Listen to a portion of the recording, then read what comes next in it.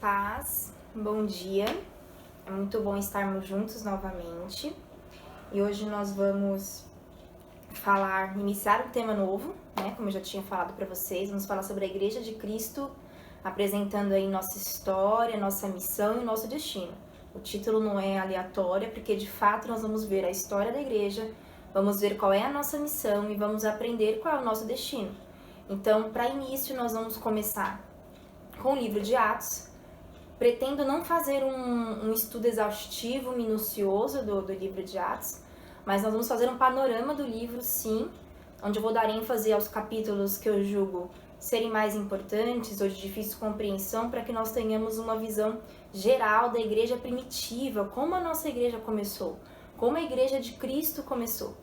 E aí eu passei alguns capítulos a serem lidos, e antes da gente adentrar esses capítulos, eu quero... Aliás, eu já esqueci de uma coisa. Cadê a Bíblia, o caderno e a caneta? Eu espero que vocês estejam com tudo isso aí. Eu sempre vou falar isso nos vídeos, que é para vocês se lembrem da importância de anotar. Eu vou tentar falar o mais devagar possível, mas se for necessário, depois você pode assistir o vídeo novamente.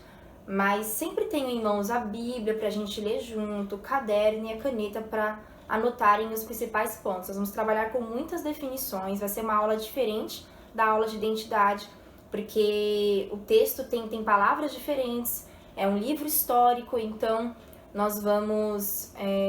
vai ser necessário que em alguns momentos, quando der a definição, que vocês anotem isso, tá? De uma forma geral, eu já quero adiantar sobre o livro de Atos para você entender. Quem escreveu o livro de Atos foi o médico e o historiador Lucas. Entende-se que é uma sequência do Evangelho, do próprio Evangelho de Lucas. Ele escreveu para Teófilo, um grego, gentil, né, convertido à fé em Cristo. Eu não vou usar a palavra cristianismo, eu quero até que vocês entendam isso.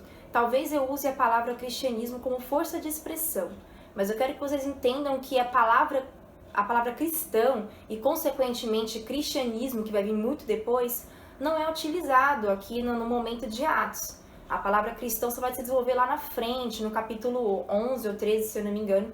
Então, até então, eles eram chamados de o caminho, né? Às vezes, de forma pejorativa, a fé em Cristo era chamada até de heresia, de seita, por alguns judeus que não concordavam, mas não era chamada de cristianismo agora. Por isso que eu fiz esse adendo e interrompi, porque eu ia falar que Teófilo foi convertido ao cristianismo, mas só para que vocês tenham uma compreensão exata da coisa. Nós temos esse hábito, mas até então não era utilizado, tá?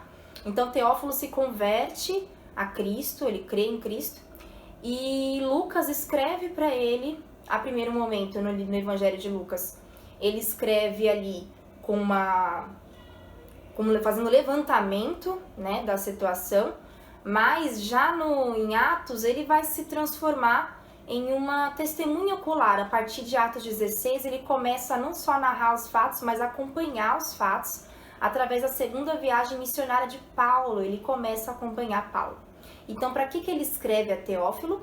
Ele escreve primeiramente para relatar a expansão do Evangelho, como que o Evangelho estava crescendo, relatando os fatos para Teófilo, mas também como defesa do Evangelho às autoridades romanas. Quando que foi escrito? Há uma certa discussão de quando Atos foi escrito. Alguns consideram entre 62 e 63 depois de Cristo, considerando o fato de que se ele fosse escrito depois, Lucas teria narrado um fato super importante e histórico, que é o grande incêndio de 64, onde Roma acabou acusando os cristãos desse incêndio. E o livro de Atos não narra nada disso.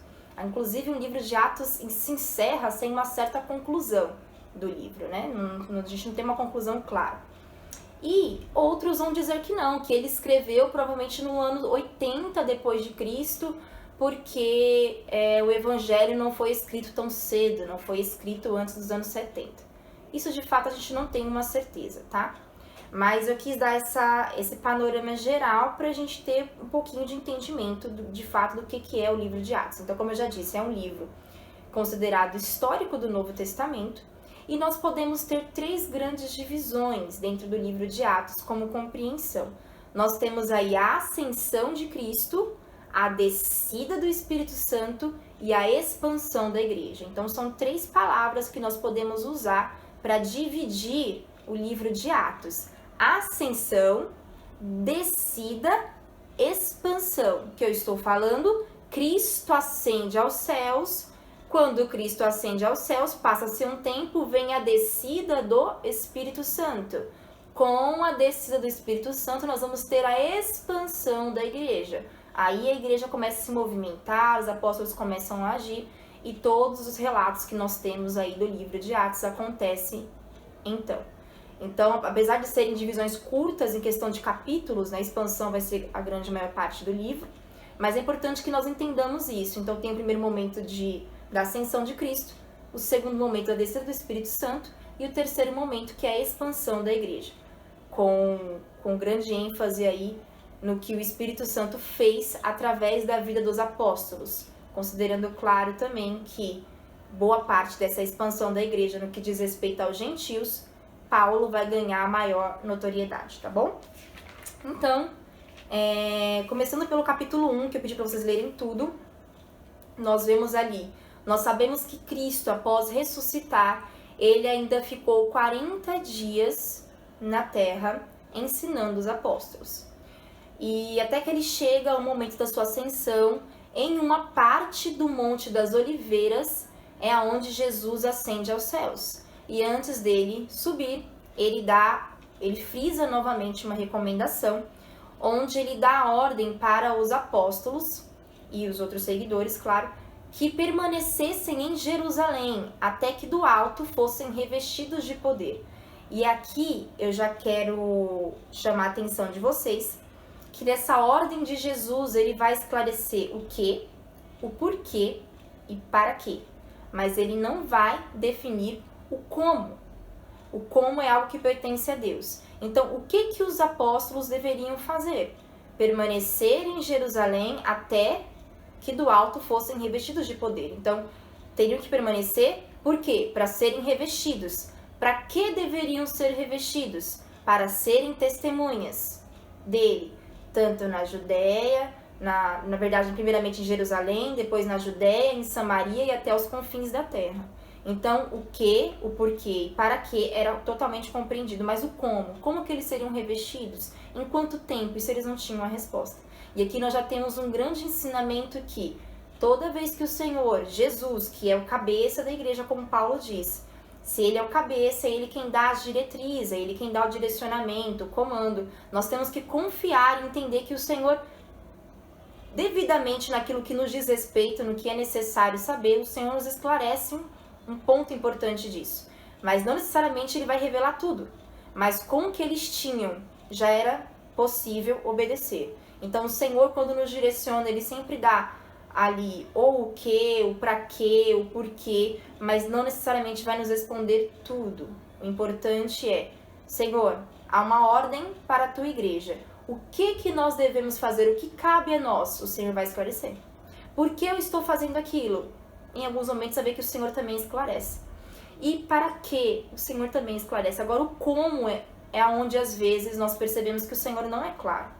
E é aonde muitas vezes a igreja de Cristo se perde tentando entender como as coisas vão acontecer, como aquilo vai se desenrolar. Então, às vezes, ou o Senhor omite o como, ou ele omite o tempo daquela coisa, tanto que os apóstolos fazem a pergunta do tempo da restauração de Jerusalém, e Jesus responde que não cabe a eles saberem o tempo que as coisas vão de fato alcançar a plenitude do que Deus espera, a volta de Cristo, enfim, isso não nos compete saber.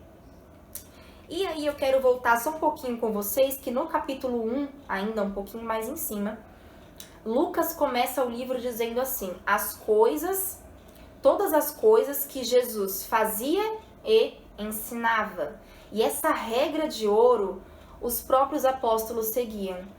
Faziam e consequentemente ensinava. Primeiro era exemplo, depois ensinava. O que era verdade para eles primeiro, depois tornava verdade para o outro. Então o ensino era válido para eles, depois o ensino se tornava válido para o outro. A ordem que Lucas coloca aqui não é uma ordem aleatória. O que Cristo fazia e depois ensinava, consequentemente, você vê que os apóstolos seguem a mesma forma de trabalhar.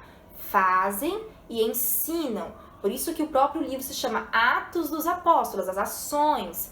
Eles são testemunhas do que eles fizeram e o que eles ensinaram. Isso está te lembrando a aula de identidade? Conseguiu? Você que assistiu as aulas aí, tá lembrando um pouquinho da questão do exemplo? Então, olha só, fazer e depois ensinar. Isso é uma lição muito forte para nós, é uma regra de ouro para nós também. Faço, depois ensino. Então, é isso que nós vamos aprender muito aí com o livro de Atos, o que eles fizeram, o que eles ensinaram, o que nós também devemos fazer e ensinar. Ocorre a ascensão, certo? Eles obedecem à ordenança de Jesus e retornam para Jerusalém. Diz que é uma jornada de um dia, correspondente a 1 quilômetro da região do Monte das Oliveiras que eles estavam até a Jerusalém. Quando chegam em Jerusalém, o texto diz que eles se reúnem no cenáculo. O que era o cenáculo? O cenáculo era um salão construído em cima de uma casa, onde eles costumavam se reunir. E ali o texto diz que eles vão perseverar em oração. Olha que coisa importante, Jesus ascende aos céus, muitas testemunhas oculares viram a ascensão de Cristo, os anjos falam que o mesmo Cristo que subiu vai descer entre as nuvens. Eles são tomados por uma euforia muito grande após presenciar isso. Só que o texto diz que quando eles voltam para Jerusalém, eles não ficam ociosos, nem ficam saudosistas, já passou aquele tempo de murmuração, de saudosismo, de Cristo morreu. Não, agora eles têm certeza que o Cristo ressuscitou, ascendeu aos céus, mas eles retornam para Jerusalém e se posicionam em oração. Aliás, duas coisas fundamentais que a gente vai ver no livro de Atos é uma igreja que se posiciona constantemente em oração e palavra. Oração e palavra tá ali, ó, fundamentos que caminham muito juntos. E aí, constantemente, eles estão em oração, e quando eles retornam para Jerusalém, a primeira coisa que eles fazem nesse cenáculo, nesse local de encontro, é se posicionar em oração. Cristo deu o que para eles, deu para quê, né? Deu o porquê, não deu como, mas se posicionou dentro da ordem de Cristo em oração. E o texto diz que se reuniram ali os 11 apóstolos, 11, lógico, né? Não tem Judas, a Maria e as mulheres. E passavam-se alguns dias, eles se reuniram de novo nesse mesmo local. E ali eles já se reúnem com 120 pessoas.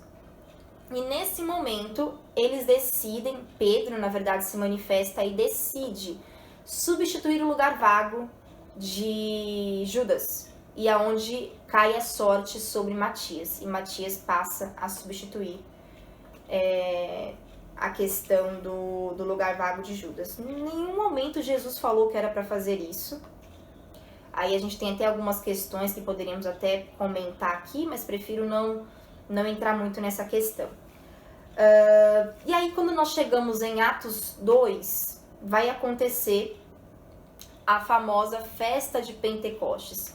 Cumpre-se os dias de Pentecostes. A palavra Pentecostes no grego significa 50. Então, era uma festa que era comemorada no 50º dia.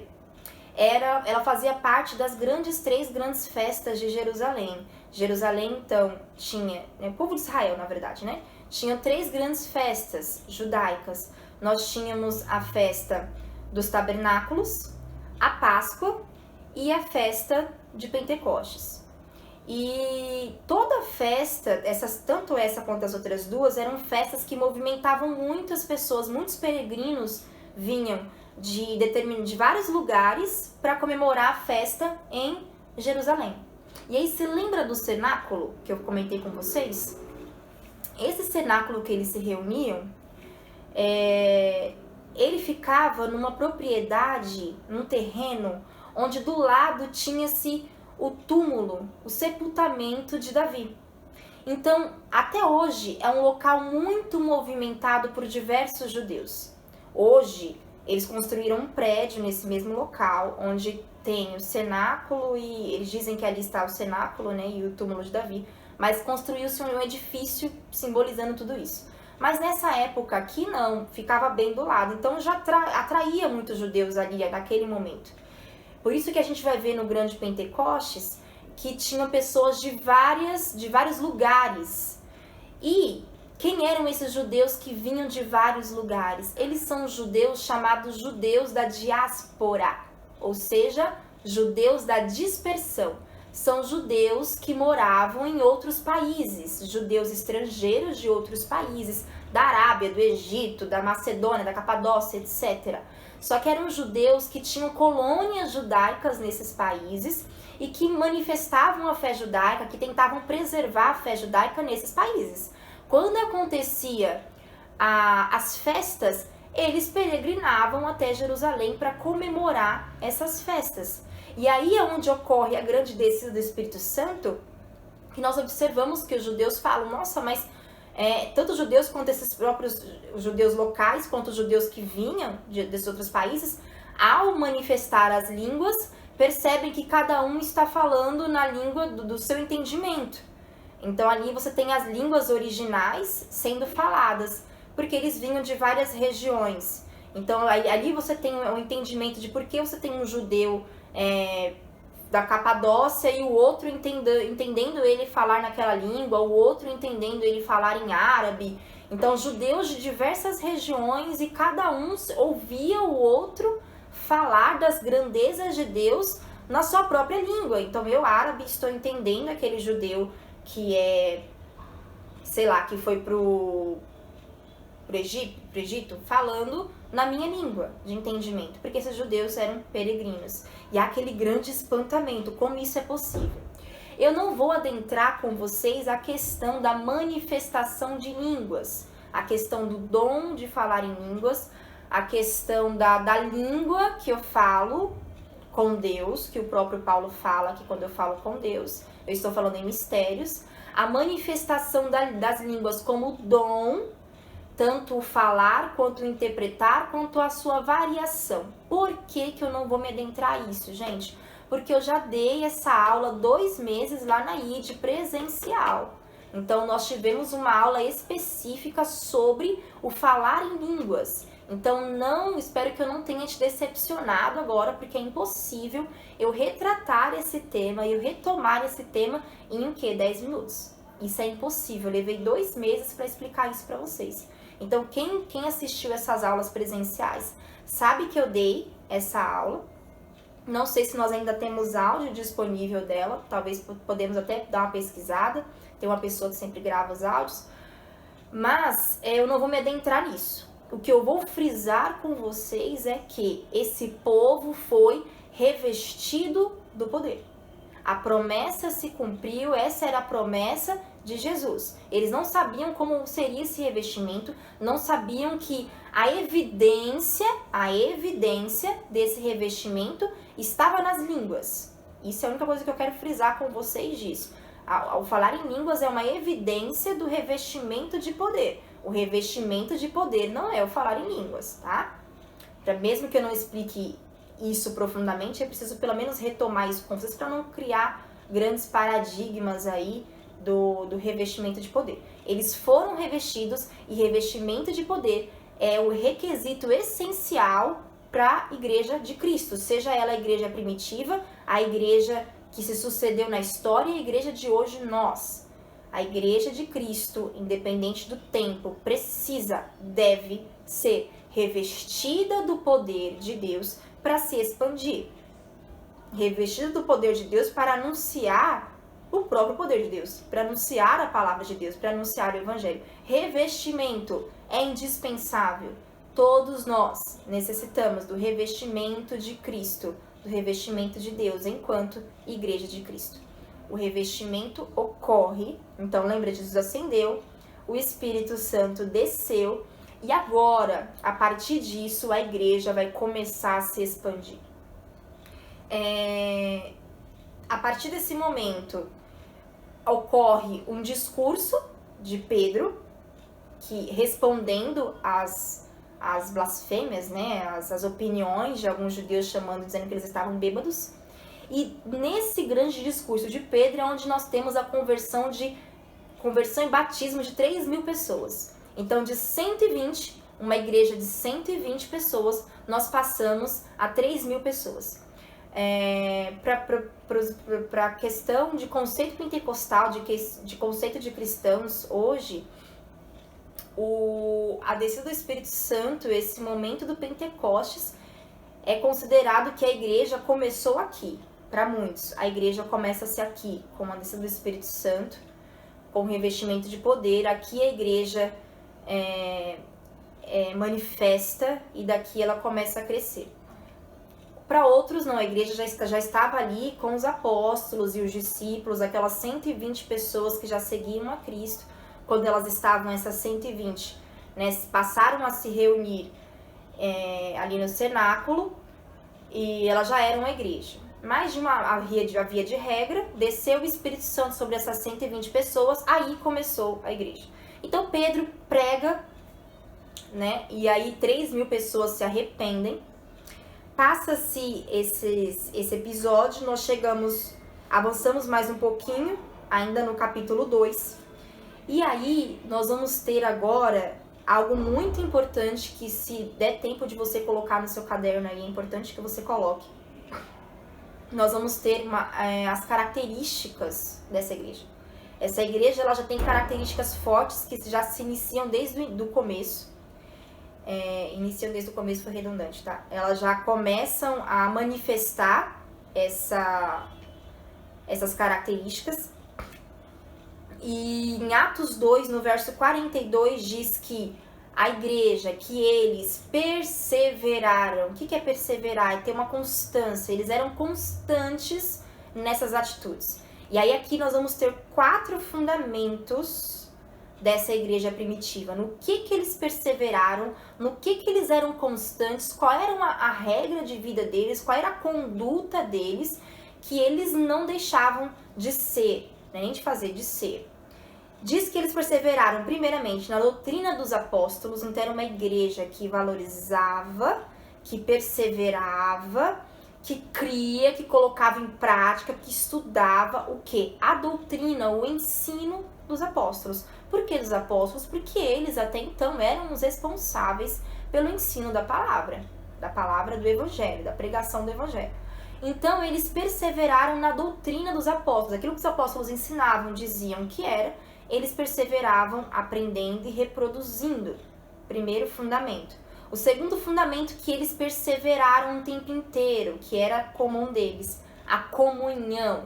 Então, o tempo inteiro eles se reuniam como igreja, eles adoravam e celebravam a Deus como igreja, faziam isso juntos, aprendiam juntos, levantavam súplicas e oração juntos, tudo na comunhão. Aquilo que eu faço sozinho, a Deus, é devocional. Aquilo que eu faço com a minha igreja, com os meus irmãos congregacionais, é comunhão. Terceiro, no partir do pão. Então, constantemente se partir do pão é olhar a necessidade do outro. Então, eles estavam sempre de casa em casa, partindo o pão, compartilhando a alegria, a tristeza do outro, compartilhando das necessidades do outro. A gente vai ver como que era levado tão a sério essa questão ainda mais pra frente. E nas orações, sejam orações de súplicas, de clamor, de ações de graça, mas constantemente eles perseveravam então na doutrina dos apóstolos. Coloca aí no seu caderno, na doutrina dos apóstolos, perseveravam na comunhão, no partir do pão e nas orações. Essas 4 atitudes, esses 4 fundamentos, eles eram constantes. Eles não arredavam o pé disso, eram unânimes nisso. E aí, eu quero ler com vocês Atos 2, mas a partir do 43 ao 47. Vejam aí comigo. Em cada alma havia temor, e muitos prodígios e sinais eram feitos por intermédio dos apóstolos. Em cada alma havia temor. Lembra que o temor é o princípio de tudo? O que tinha nessa igreja primitiva? O que tinha na igreja de Atos? Temor. Extremo temor a Deus. E aí, por consequência, muitos prodígios, muitas ações e manifestações do Espírito Santo se seguiam. Todos os que creram estavam juntos e tinham tudo em comum. Vendiam as suas propriedades e bens, distribuindo o produto entre todos, à medida que alguém tinha necessidade. E aí eu quero continuar essa leitura. Avança comigo rapidinho, como fala do mesmo tema, para o capítulo 4, no verso 32. Vou esperar você abrir comigo. Tô crendo que você tá com a Bíblia na mão, hein? Atos 4, no verso 32, porque se trata do mesmo assunto.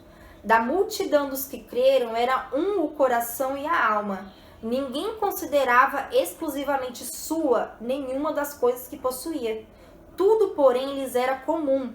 Com grande poder, os apóstolos davam testemunho da ressurreição do Senhor Jesus, e em todos eles havia abundante graça, pois nenhum necessitado havia entre eles.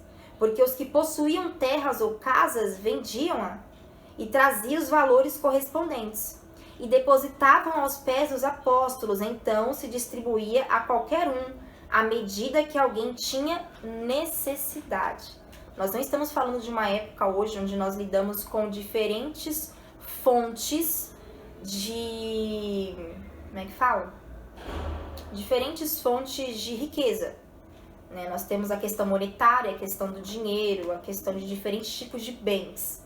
Mas aqui, o que essas pessoas tinham de mais valioso, gente? Suas casas. Suas casas eram de grande valia, suas propriedades, seus terrenos, suas terras. E aí nós lemos no texto que, de comum acordo, voluntariamente, essas pessoas vendiam as suas posses e entregavam o valor para os apóstolos, para que os apóstolos distribuíssem entre os pobres, ajudando cada um nas suas necessidades. E aqui eu já quero ressaltar com vocês que essas ações elas eram voluntárias, os apóstolos não obrigavam ninguém a nada, não era uma coisa que todos poderiam fazer, até porque tinha os que podiam ajudar e os que receberiam ajuda, não era uma coisa disponível a todo mundo.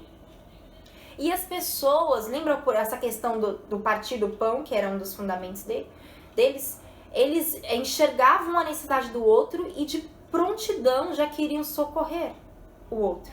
E o texto diz que não havia entre eles necessitado, porque quando uma necessidade surgia, os apóstolos já tinham ali como prever aquela situação, como auxiliar naquela situação, com a colaboração das pessoas. Mas isso não era obrigatório. É radical? Bem radical, né? Aí você pode falar, poxa, Hannah, mas tinha um princípio de Cristo nisso? Se você se lembrar do jovem rico, quando ele se apresenta a Cristo e pergunta o que era necessário para ele alcançar a vida eterna, Jesus o questiona sobre a guarda das leis, obviamente, sabendo que, com a parte da onisciência, que ele já guardava essas leis. Ele responde, sim, eu guardo todas as leis desde criança, mas Jesus fala, mas te falta uma coisa, vende tudo que você tem e dá aos pobres e depois me siga. Às vezes dá a impressão de que isso era um fator obrigatório, né? Não estamos falando de voto de pobreza. Para seguir a Cristo eu tenho que ser pobre. Não é disso que Cristo estava falando. E não é disso que a igreja primitiva está vivendo. Vamos ser todos pobres porque não podemos ser ricos no reino de Deus. Não podemos ser abastados na igreja de Cristo. Não é isso. O que nós estamos vendo nesta igreja é o que o próprio menino, o jovem príncipe, não conseguia ser. Que era o quê? Ser uma pessoa capaz de abrir mão do que tem em favor do outro, é o amar o outro como a si mesmo, como Jesus passa a ensinar depois. Então são pessoas, e não é uma simples visão de altruísmo, tá? Que o mundo é cheio de ideologias altruístas. Aliás, nós estamos vivendo, né, um momento agora onde a televisão tá cheia de comerciais, as pessoas estão, parece que inalando a questão do altruísmo. Vamos ser altruístas, vamos ajudar. Queridos, altruísmo é uma coisa que todo ser humano deveria ter. Parar de olhar para o próprio umbigo é uma coisa que deveria ser universal. Não conseguimos ser, é difícil ser, por isso que agora parece que está um boom de altruísmo, porque nós estamos vendo que tem pessoas que estão passando até por questões muito difíceis, e aí agora vocês estão começando a se olhar, né? Na visão geral do mundo. Mas o que essa igreja está vivendo não é um altruísmo, não é um simples conceito de altruísmo. É a questão de que todos aqui dentro do reino, eu sou capaz de enxergar você verdadeiramente e de desejar que você seja suprido como eu sou suprido. É você ter uma visão do reino mesmo de uma forma muito mais ampla.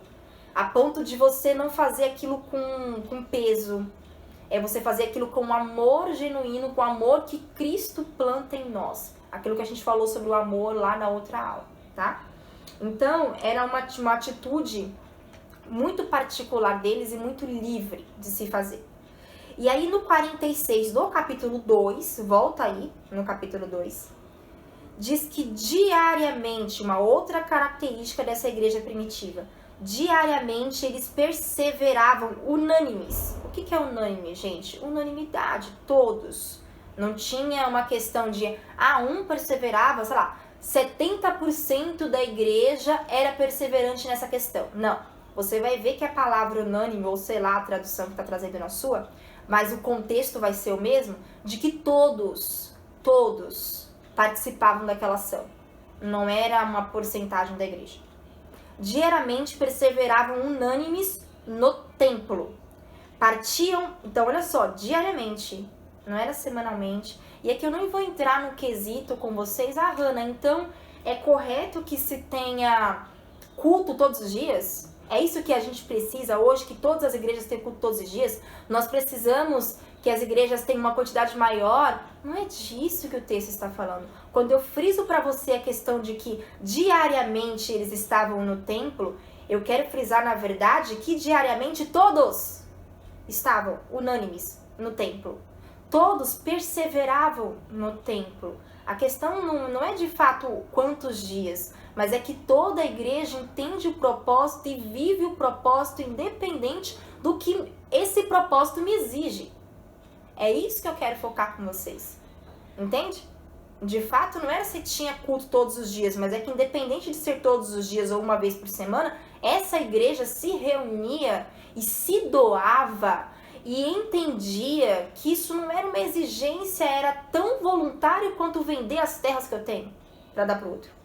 Tudo nessa igreja parece que fluía de uma forma muito mais fácil, que hoje a gente não se vê fluir. O que tinha nesse povo? Que eles eram tão perseverantes.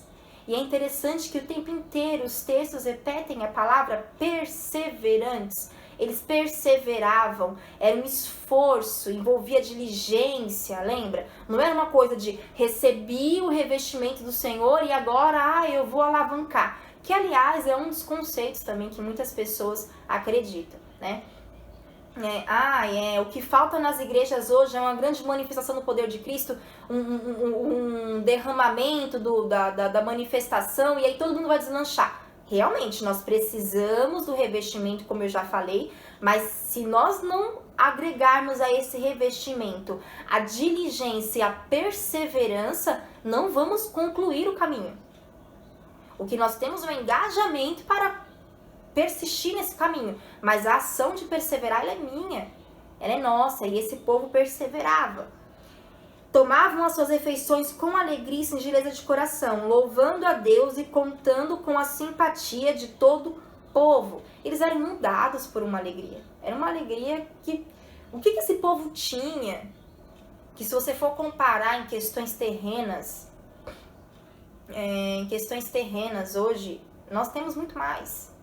Em questões do que o mundo pode oferecer, em questões de uma vida mais pacata, sem, pelo menos na nossa região, né, democrática, sem perseguição, com mais subsídios de vida, com uma série de coisas que esse povo não tinha, mas eles tinham uma alegria que vinha do Senhor. E aí o texto diz que enquanto isso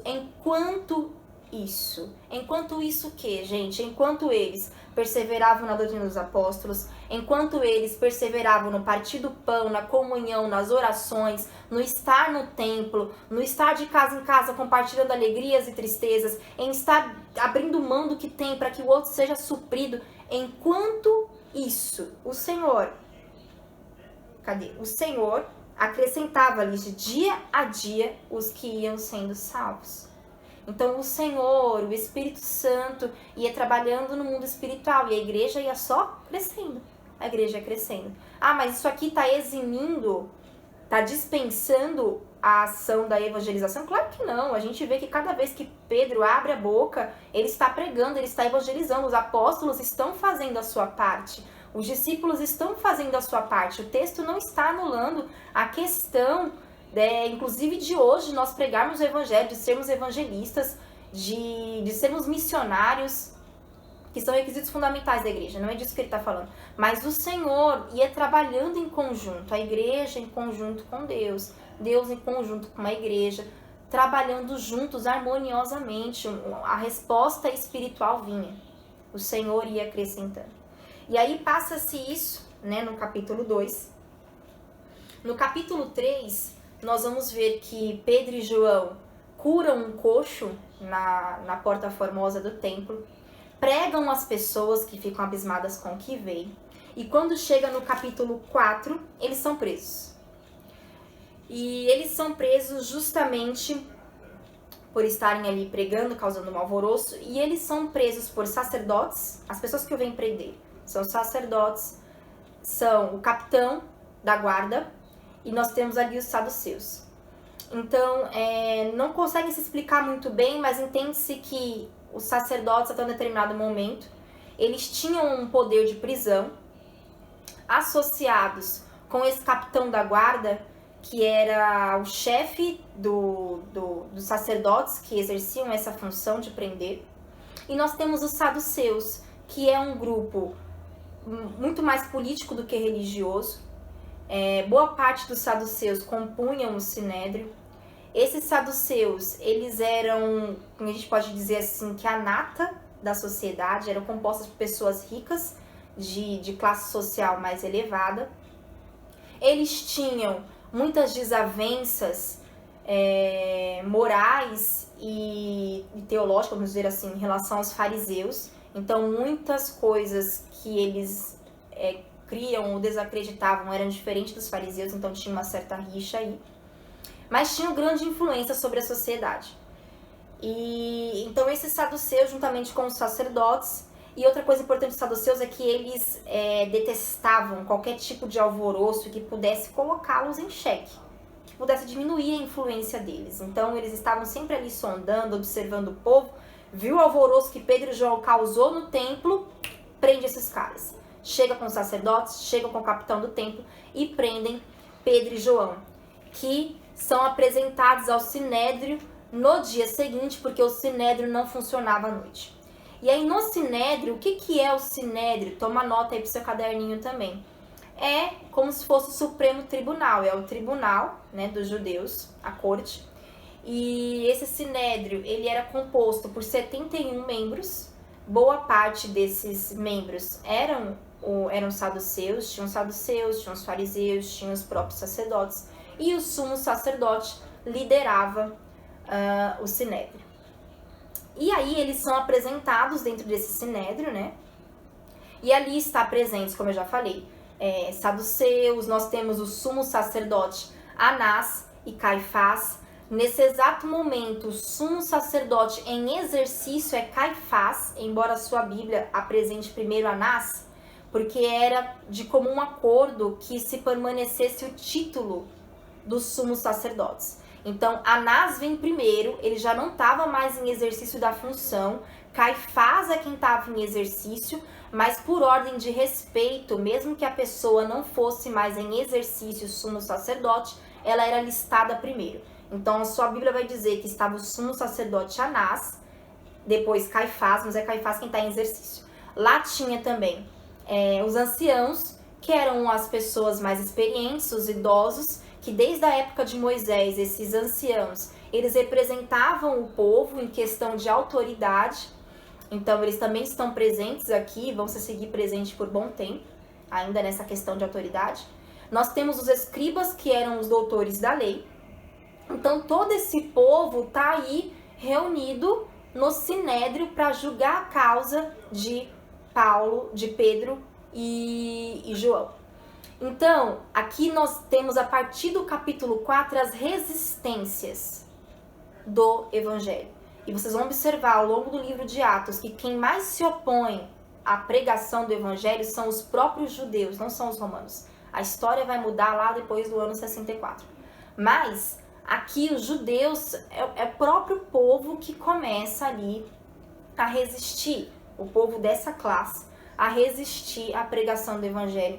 Então, o evangelho começa a crescer, é sempre assim, o evangelho vai se expandindo, vai crescendo, vem uma resistência, os judeus se opõem, vem uma situação de revés, uma situação adversa, onde parece que o povo não vai vencer, só parece que não vai vencer, mas eles vencem. E aí, é interessante que eles são levados para o Sinédrio e eles são questionados. A pergunta que fazem a eles é: com que autoridade, no nome de quem vocês fazem essas coisas? Lembra que eu comentei com vocês na aula anterior sobre isso, na última de identidade?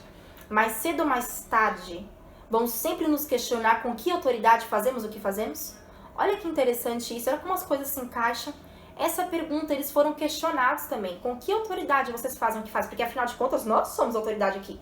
E nós não temos ciência do que vocês estão fazendo. E aí eles respondem que fazem isso no nome de Jesus. A resposta deles, o posicionamento, quando você lê o posicionamento de Pedro e de João nessa situação, é um posicionamento que não desrespeita as autoridades, mas é um posicionamento que não se omite também diante das autoridades, que é aquilo que Jesus fala em um dos seus últimos ensinos, falando: quando vocês estiverem diante de uma autoridade, não tema o que você vai responder, porque o Espírito Santo te fará lembrar e te ajudará no que você deve falar a essas autoridades. Então você vê que o posicionamento deles é um posicionamento que não é de rebelião, é um posicionamento claro, mantém a conduta cristã, mas não se omite.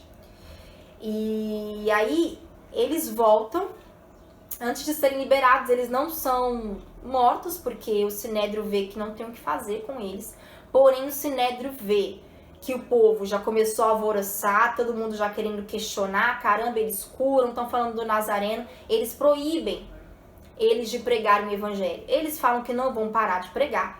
E é interessante aqui que eles não banalizam a ordem de não pregar. Isso é uma coisa muito importante que eu quero chamar a atenção de vocês. Mais uma coisa importante do posicionamento que essa igreja tinha, que nós temos que ter.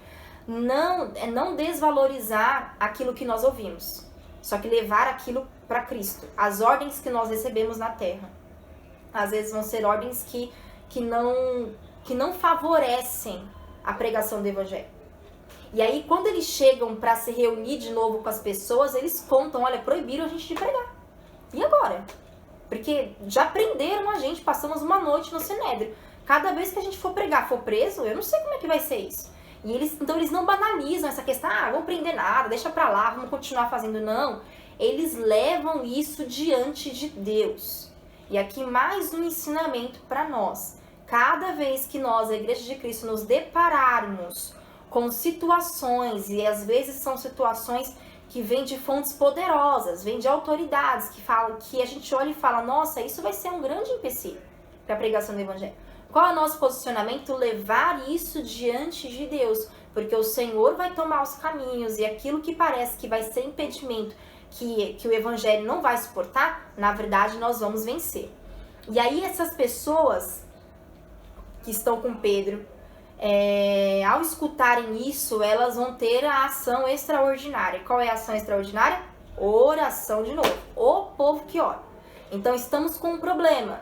Estão nos impedindo de pregar. Como é que a gente resolve isso? Pregando?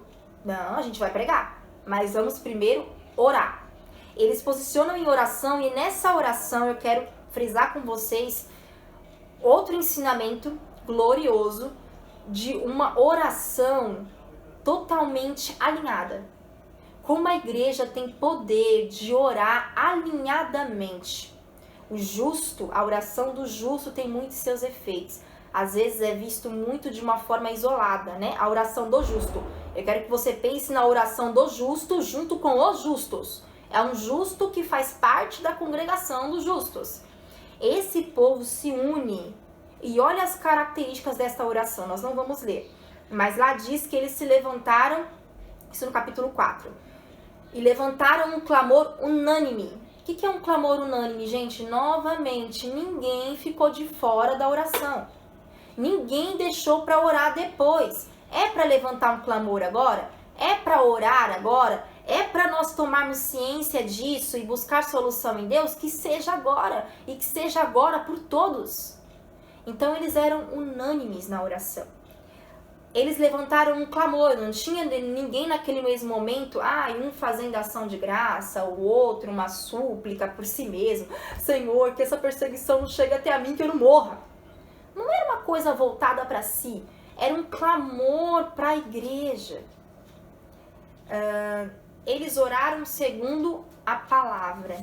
O texto diz que eles começam a mencionar para Deus a própria palavra. Não foi o Senhor quem disse isso e aquilo outro. A igreja do Senhor precisa aprender a orar segundo a palavra. E aí depois nós temos um objetivo único para a congregação, buscando a solução do problema. Não era cada um falando assim, Senhor, pega Caifás, mata ele. E o outro orando, Senhor, em nome de Jesus, resolve para que... Gente, tava todo mundo orando, buscando o mesmo objetivo de solução. A solução qual que é? Senhor, nos ajuda em meio a tudo isso, que nós possamos continuar pregando com ousadia e intrepidez. E que o Senhor continue operando as suas maravilhas. Essa era a oração, todo mundo no mesmo objetivo de solução. Com o mesmo alvo. Propagação do evangelho, não era particularidades. E o Senhor responde. Então o Senhor responde à oração unânime do seu povo. O Senhor responde uma oração alinhada na igreja, que tem o mesmo objetivo, que tem o mesmo foco, que todo mundo está perseverando junto. O Senhor respondeu tanto, que eu não sei se você leu lá, no 31:4, tendo eles orado, tremeu o lugar onde estavam reunidos, todos ficaram cheios do Espírito Santo e com intrepidez anunciavam a palavra. Tremeu, teve um terremoto pela oração deles.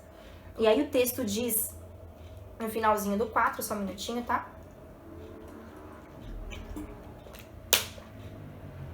Nós temos Barnabé, primeira aparição de Barnabé.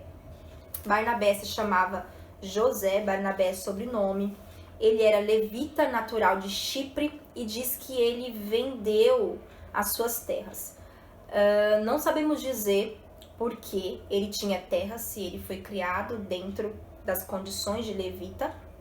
Quando nós lemos em Levíticos que os levitas não tinham terras, não tinham herança. Não sabemos se essa regra deixou de ser cumprida nesse requisito ou se as pessoas que estavam fora de Jerusalém não tinham a obrigatoriedade de seguir esse padrão.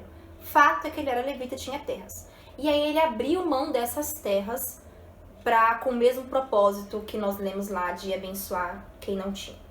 E aí nós chegamos ao famoso e último tópico da nossa aula, que é o capítulo 5, Ananias e Safira. E aí nessa questão de venda de propriedade, nós temos Ananias e Safira fazendo a mesma coisa, só que com um intuito diferente, com um propósito no coração totalmente diferente. É claro que as pessoas que vendiam as suas terras e davam aos apóstolos ganhavam notoriedade. Isso é óbvio, por consequência. Mas Ananias e Safira vendem já com essa intenção. Não era a intenção de realmente abençoar o próximo, era uma intenção de ser vista.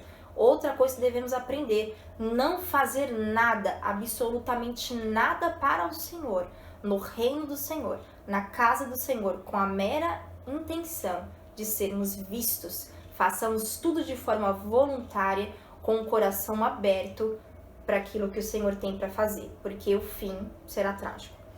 E aí ele fez um acordo com Safira de reter uma parte da venda e entregar o restante. O problema não, graças a Deus, né, que o Espírito Santo revela tudo, e o Espírito Santo revelou a Pedro o que Ananias e Safira haviam feito. Quando Ananias se apresenta no altar, a revelação vem, e Pedro já começa a falar como você pôde, né, dar o seu coração a Satanás, dar lugar ao seu coração a Satanás e mentir desse jeito. No mesmo instante, Ananias cai morto. Gente, é instantâneo. Pensa numa pessoa morrendo instantaneamente no altar. Os caras pegam o corpo, enterram. Então ele é morto. E aí eu quero já chamar a sua atenção nesse ponto. Por que Ananias morreu? Isso tem que ficar muito claro na sua mente. Ananias não morreu porque ele não entregou o dinheiro todo. O próprio texto diz que Pedro fala para ele, cara, a propriedade era sua, o dinheiro é seu, você faz o que você bem entender. Ele morreu porque ele mentiu. Ele mentiu e como consequência da mentira veio sobre ele a morte. Em nenhum momento as pessoas eram obrigadas a vender suas posses. Em nenhum momento as pessoas eram obrigadas, como eu já falei, a entregar tudo o que tinha. Se houvesse uma obrigação nisso, seria uma seita. Não é disso que nós estamos falando. Não havia obrigatoriedade. Era um ato voluntário, mas eles mentiram porque as intenções eram outras. E aí o que acontece? Passam-se 3 horas, Safira chega na igreja. E ela não sabia que o marido estava morto. E aí Pedro tem uma atitude com ela um tanto diferenciada que ele teve com Ananias. Ele vira para ela e pergunta. Ele não fala que o marido morreu, porque talvez isso influenciaria a resposta dela.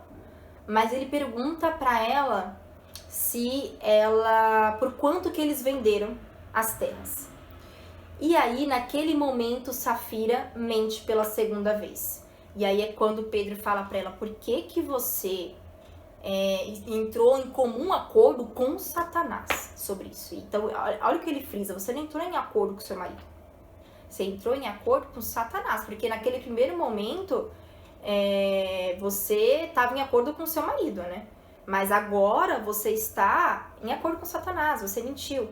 E aí ela morre. E aí eu quero lançar para vocês a enquete que eu falei que estaria no vídeo, se Safira não tivesse mentido pela segunda vez, ela teria se livrado da morte? A pergunta de Pedro é intencional em dar a oportunidade de Safira se livrar da morte? Ou a sentença de Safira já era a mesma da sentença do marido? Lembrando que Pedro não deu oportunidade de defesa, não fez pergunta para Ananias, como ele fez para Safira. Simplesmente a sentença já foi aplicada sobre ele e ele morreu. Então eu quero a sua resposta lá agora no grupo do WhatsApp quando nós finalizarmos. Se você acha que ela, se tivesse nesse momento se arrependido e falado a verdade, se ela teria se livrado da morte, teria uma outra consequência, a atitude dela, ou não, se mesmo que ela falasse e se arrependesse, ela sofreria o dano, porque esse era o dano estabelecido por Deus, porque eles haviam mentido já de antemão. Então, assim como Ananias morreu, ela também teria que morrer. E aí? Mudaria alguma coisa? Responde lá pra gente discutir isso mais um pouco, tá? Então, eu quero frisar isso novamente, que nós devemos ser o que somos, porque Cristo nos regenerou e nos impulsiona a ser todos os dias. E porque isso que eu sou todos os dias, eu persevero para que não morra, para que eu sempre seja. E aí você pode pensar assim, falar, Hannah, como era difícil, né, naquela época. Graças a Deus que ninguém mais morre fulminado no altar, que ninguém, que não tem uma voz que aparece lá e fala, ei, nananana, Cicrano tá fazendo isso com segundas intenções, não aceita a oferta, não aceita a adoração, já pensou? Aí você fala assim, graças a Deus que não tem isso. Graças a Deus que parece que o negócio é mais light. Graças a Deus que não tem mais morte diante do altar. E aí agora eu quero finalizar com você, trazendo uma reflexão muito forte, muito séria, falando pra você que infelizmente ainda há morte no altar. Ainda há morte espiritual. Porque por que Ananias e Safira morreram? Um texto diz que a morte deles produziu grande temor à igreja. Nós não precisamos, nós não deveríamos mais precisar de grandes manifestações do Senhor apenas com o intuito de nos produzir temor. Porque a esse longo tempo de caminhada que nós já estamos, 2000 anos depois de Cristo vir à Terra, o que nós mais deveríamos ter no nosso coração e mente é temor. Porque se o temor foi algo revelado para Salomão lá atrás, que é o princípio da sabedoria, que tudo se resume a isso, não tem por que nós ansiarmos por grandes manifestações que comunem em temor. O que a Igreja de Cristo hoje mais precisa ter e não está tendo é temor. E a ausência desse temor tem levado à ausência de grandes manifestações para bem do seu povo, que é muito diferente. E tem levado sim à morte espiritual, porque quando nós mentimos quem somos diante do altar, não mentimos sobre o que temos. Hoje nós mentimos, infelizmente, sobre quem somos diante do altar. Essa mentira de quem somos diante do altar leva à morte espiritual. Muitos achando que estão em vida e estão em morte. E aí eu te levo a refletir, será que a morte espiritual é menos impactante que uma morte física, considerando o fato de que todos nós vamos morrer, a não ser que sejamos arrebatados em vida na segunda vida de Cristo? Todos nós vamos morrer, mas estamos vivendo ainda uma vida em terra, muitos, infelizmente, com morte espiritual. Isso é menos impactante? Não. Não. Porque nós temos tudo isso daqui nos relatando e nós ainda temos manifestações do Senhor. Não há necessidade de mais coisas acontecerem só pra gente ter temor do nome do Senhor. Tenhamos temor porque somos regenerados e não porque estamos presenciando fatos terríveis que eu não gostaria de ver e nem gostaria de participar disso. Então reflita sobre isso.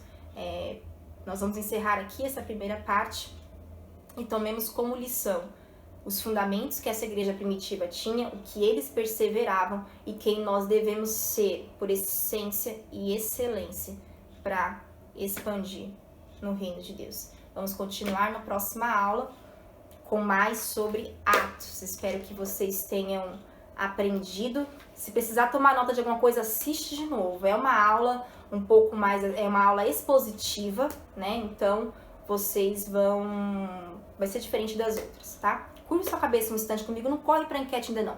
Curva sua cabeça comigo. Senhor, nós te agradecemos por esta aula, te agradecemos pelo que o Senhor tem feito sobre nós. Nos ajuda, Pai, no nome de Jesus. Nos ajuda a sermos esta igreja que nós estamos estudando aqui. Nos ajuda a perseverar. A palavra-chave de hoje é perseverança. Perseverança em oração, perseverança em atitudes, perseverança na doutrina da palavra, perseverança, Pai. Esse povo só foi o que foi, porque perseveraram. Nós só estamos aqui porque eles perseveraram.